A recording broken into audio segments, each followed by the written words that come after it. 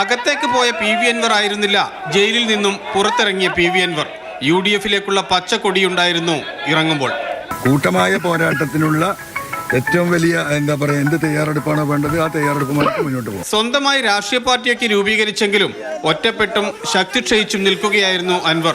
അപ്പോഴാണ് Nilambur south DFO office അടിച്ചു തകർത്തതിന്റെ പേരിൽ അൻവറിനെ പാതിരാത്രിയിൽ പോലീസ് വളഞ്ഞിട്ട് പിടിച്ച് ജയിലിലടച്ചത്.